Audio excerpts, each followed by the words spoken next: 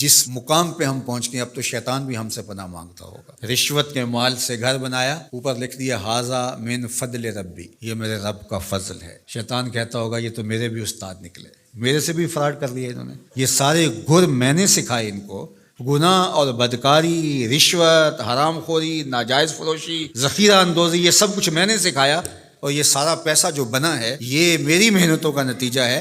تو اوپر اس نے میرے سے بھی فراڈ کر دیا، لکھ دیا ھذا من فضل ربی، یہ میرے رب کا فضل ہے۔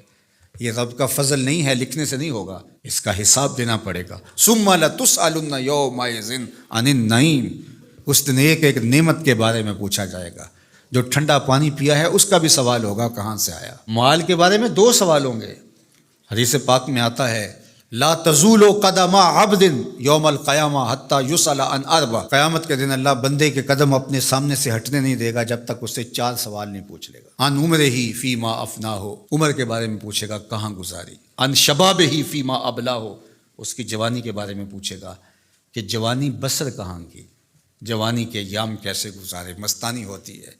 اللہ اکبر، تیری وہ مست جوانی چوکوں چراہوں میں گزری یا تہجد کے سجدوں میں گزری؟